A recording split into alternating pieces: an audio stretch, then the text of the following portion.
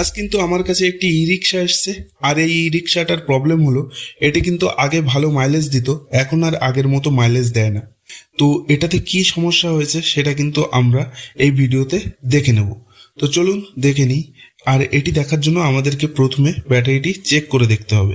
আর বন্ধুরা, আপনারাও কিন্তু আমার মতো এই পদ্ধতি অবলম্বন করে ব্যাটারি চেক করে দেখতে পারেন আপনাদের ই রিক্সাতে ঠিক কী কারণে মাইলেজ দিচ্ছে না। তো চলুন দেখে নিই। বন্ধুরা, আজ আমরা এই ভিডিওতে দেখে নেব যে একটি ই রিক্সার ব্যাটারি কিভাবে চেক করতে হয়। আর এই পদ্ধতি অবলম্বন করে কিন্তু আপনারা যে কোনো ধরনের ব্যাটারি চেক করতে পারবেন। তো বন্ধুরা, এই পদ্ধতি অবলম্বন করার জন্য আমাদের প্রথমে যে জিনিসটা নিতে হবে সেটি একটি হাইড্রোমিটার। তো বন্ধুরা, আমরা কিন্তু এখানে একটি হাইড্রোমিটার নিয়ে নিয়েছি এবং হাইড্রোমিটারের উপরের টিউবটা প্রেস করে আমরা কিন্তু জল উপরের দিকে উঠিয়ে নিচ্ছি। আর যখনই জল উপরের দিকে ওঠাচ্ছি তখন কিন্তু আপনারা লক্ষ্য করছেন এর ভিতরে যে ফ্লুইডটা আছে, ফ্লুইডটা কিন্তু ভেসে উঠছে। আর ফ্লুইডটা যখন ভেসে উঠছে এটি কিন্তু হলুদ সিগন্যালের কাছাকাছি আছে। তার মানে এই হলুদ সিগন্যালের কাছাকাছি কিন্তু আমাদের 1250 লেখা আছে। তার মানে এখানে কিন্তু আমাদের 1250 গ্র্যাভিটি ধরে নিতে হবে। আর যখন এই পজিটিভ সাইডের লাস্ট সেলটা আমরা চেক করলাম তখন কিন্তু এটা দেখাচ্ছে পুরো একদম রেড। আর এই রেড মানে 1100-র কাছাকাছি। তো প্রত্যেকটা সেলে 1250 গ্র্যাভিটি আছে, আর এই সেলটায় আছে আমাদের 1100। তো বন্ধুরা, এই সেলটা কিন্তু খারাপ হয়ে গেছে, আর এটি কিন্তু পজিটিভ সাইডের প্রথম সেল। তো এই সেলটা কেন খারাপ হলো এর বিস্তারিত যদি আমি বলি, এই সেলটা এটি কিন্তু আমাদের যে মেইন লাইন আমাদের ই রিক্সার কন্ট্রোলারে যাচ্ছে, সেই মেইন লাইন কিন্তু এটা থেকে আমাদের বার হয়েছে। ই রিক্সাতে থাকে 4টে ব্যাটারি, আর এই 4টে ব্যাটারি মিলিয়ে তৈরি হয় 48 ভোল্ট। তো 48 ভোল্টের প্রথম পজিটিভ সাইড হলো এটা, যার কারণে এর উপরে কিন্তু প্রেশারটা বেশি পড়েছে, যার কারণে এই সেলটা ড্যামেজ হয়ে গেছে খুব তাড়াতাড়ি। তো বন্ধুরা, এই ব্যাটারির সেলটি তো এখান থেকে ডাউন হয়ে গেছে, তার মানে এই ব্যাটারিটা কিন্তু আমাদের চেঞ্জ করতে হবে। এটা কিন্তু আর রিপেয়ার করলে কাজ হবে না।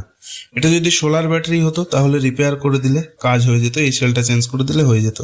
কিন্তু এটা যেহেতু ই রিক্সাতে চলবে আর এটা সিল ব্যাটারি, এটা রিপেয়ার করলে সেল চেঞ্জ করলে কাজ হবে না, কেননা এর থেকে জল লিকেজ হবে। তো বন্ধুরা, এখানে আমাদের এই ব্যাটারিটা চেঞ্জ করতে হবে, এখানে নতুন ব্যাটারি বসাতে হবে। আর এই নতুন ব্যাটারি বসালেও কিন্তু আমাদের সেম প্রবলেম আসবে।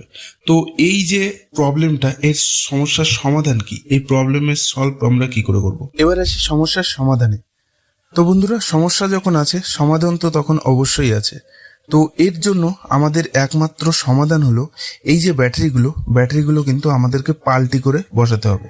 মানে এখন কিন্তু এটা আমাদের পজিটিভ সাইডের প্রথম সেল আছে, তো এটাকে পাল্টি করে আমাদের অন্য সাইডের যে ব্যাটারি আছে ওই ব্যাটারি একটা তুলে এনে আমাদের প্রথমে এই পজিটিভ সাইডে বসাতে হবে এবং সেই জায়গাটায় ওই ব্যাটারির পরিবর্তে এই ব্যাটারিটি বসাতে হবে।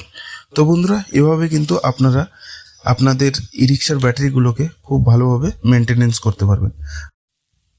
বন্ধুরা, আপনারা দেখলেন তো একটি হাইড্রোমিটারের সাহায্যেই আমরা ব্যাটারির কোন সেলটা যে ড্যামেজ আছে সেটা কিন্তু আমরা খুব ভালোভাবে দেখে নিলাম। তো বন্ধুরা, আপনারাও কিন্তু একটি হাইড্রোমিটারের সাহায্যে যে কোনো ব্যাটারি চেক করে দেখে নিতে পারেন। তো তার জন্য আপনারা এরকম একটি হাইড্রোমিটার কিনে নেবেন, মাত্র 40 টাকা খরচ করে আপনারা কিন্তু যে কোনো ধরনের ব্যাটারি চেক করে নিতে পারবেন। আর বিনামূল্যে চেক করারও একটা পদ্ধতি আছে, সেটা কিন্তু একটু ডেঞ্জারাস হয়, কেননা সেটার মাধ্যমে আমাদের শর্ট করে দেখতে হয় ব্যাটারি। দুই পাশে পজিটিভ নেগেটিভ একসাথে টার্মিনালগুলো শর্ট করে আমাদের দেখতে হবে কোন সেলটা আগে ফুটছে। সেটা যদি আমরা দেখতে পারি তাহলে কিন্তু আমরা বিনা পয়সায় আমরা দেখতে পারবো ব্যাটারির কোন সেলটা খারাপ আছে।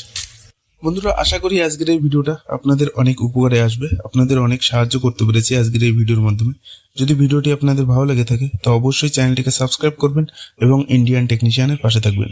আজ এই ভিডিওটা আমরা এখানেই শেষ করছি। দেখা হচ্ছে পরবর্তী কোনো ইন্টারেস্টিং ভিডিওতে। ততক্ষণ ভালো থাকুন, সুস্থ থাকুন। জয় হিন্দ, বন্দে মাতরম।